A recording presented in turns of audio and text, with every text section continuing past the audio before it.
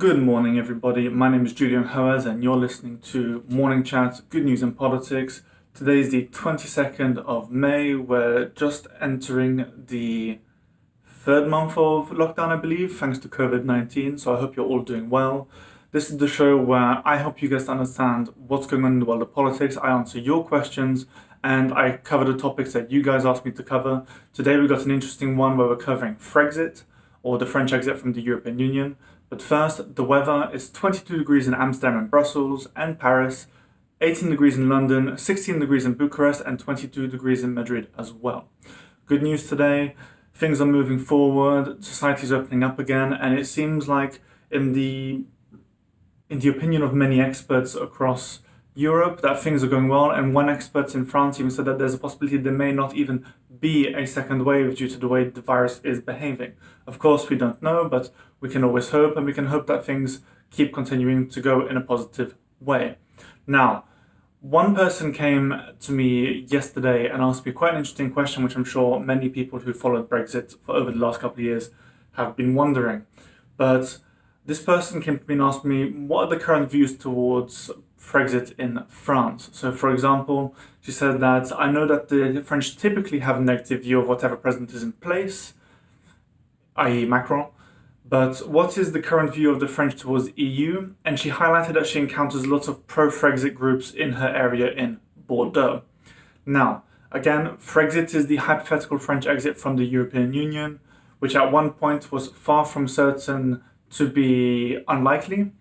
I mean, France has always had quite a complicated relationship with Europe, purely because of the way in which it is weaponized in France in a similar way to how it was in the UK. Now, just to go through some polling data to give you guys an idea of what the opinion polling is on this, a Pew Research Center poll in June 2016, prior to the Brexit referendum, saw that France had only had a 51% unfavorable view of the EU, with only 41% liking it, or 49%, sorry.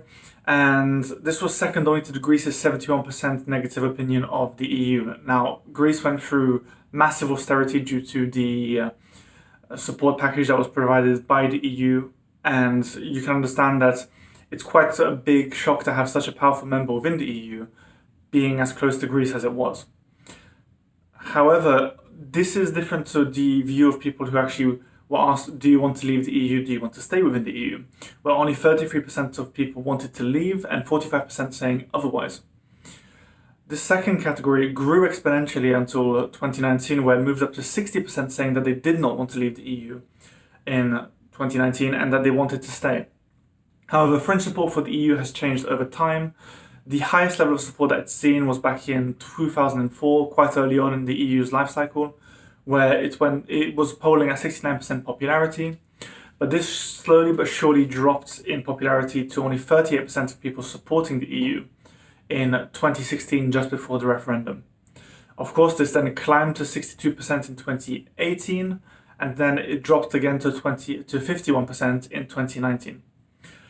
Now, French support for the EU can be complicated, as I've already said just a few minutes ago, where in some circles it can be linked to what party you're part of. Now, people from La République En Marche, the Macron party, can be very pro-EU. Of course, that was the main platform that he stood on, being a pro-European, globalist, progressive French president, and that's what won him the election. However, if you start moving towards the far left, so La France Insoumise, so Unsubmissive France under Jean-Luc Mélenchon, or you move to the far right where you're finding people like Marine Le Pen or Nicolas Dupont-Aignan, you see that they start having a very negative opinion of the EU, and in some cases it can even be linked to the way in which they viewed the president. Now, the Gilets jaunes, who were very anti-Macron, then saw him as a puppet of the EU and Angela Merkel, and therefore were very anti-EU, very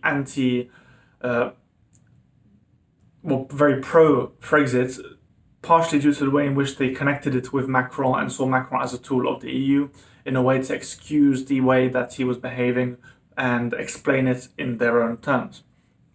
And in many ways, the popularity of Marine Le Pen back in 2017, and even now, who's likely to go into the second round of the presidential elections in 2022,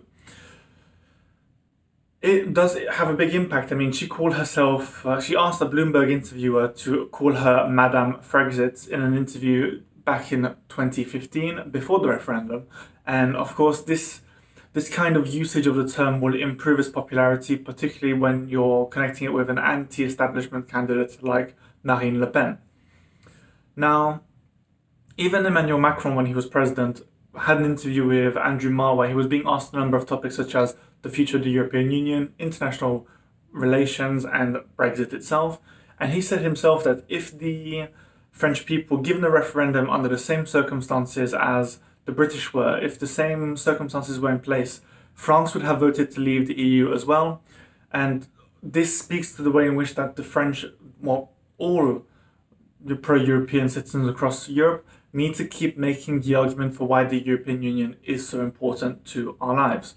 It's so important to the politics and the safety of our countries. It's so important to the safety of our reputations across the world, and it's important in the way in which it amplifies the power of our countries on the international stage and allows smaller countries like France, the UK, Germany, Poland, all of us, to have a louder voice on the international stage, to stand toe-to-toe with the US and the Chinese state right now, and to enable us to be safe and enable the correct regulation of the things that impact our lives, such as foods, phytosanitary, and trade.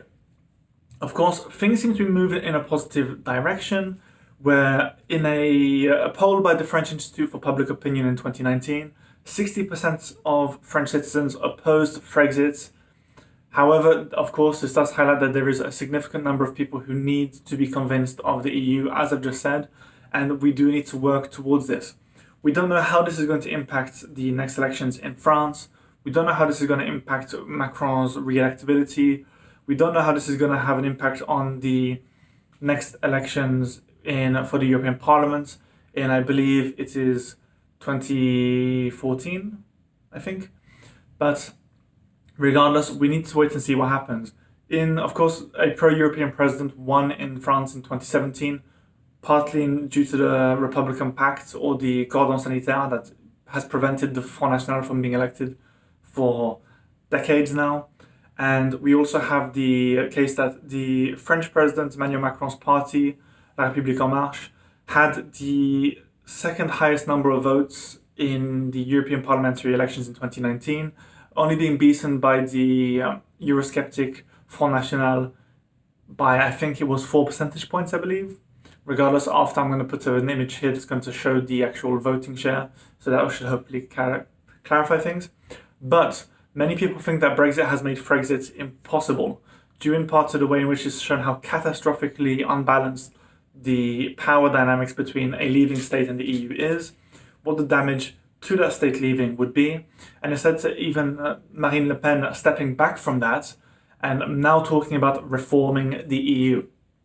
However, of course, like always, we need to wait and see what happens. We need to see how groups like Mouvement Européen Français or La République En Marche keep doing in politics, how campaigners like myself who are pro-European keep fighting for the European Union, and how exactly we can keep moving forward.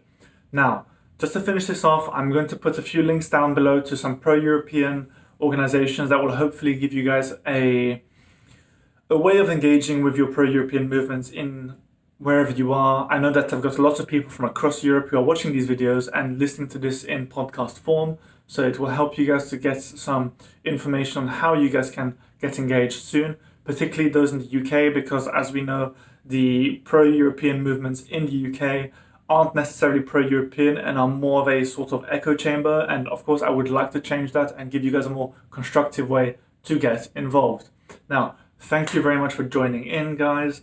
It's a pleasure, like always, to help you guys to understand what's going on, to answer your questions, and to give you guys an idea of what's going on in the world.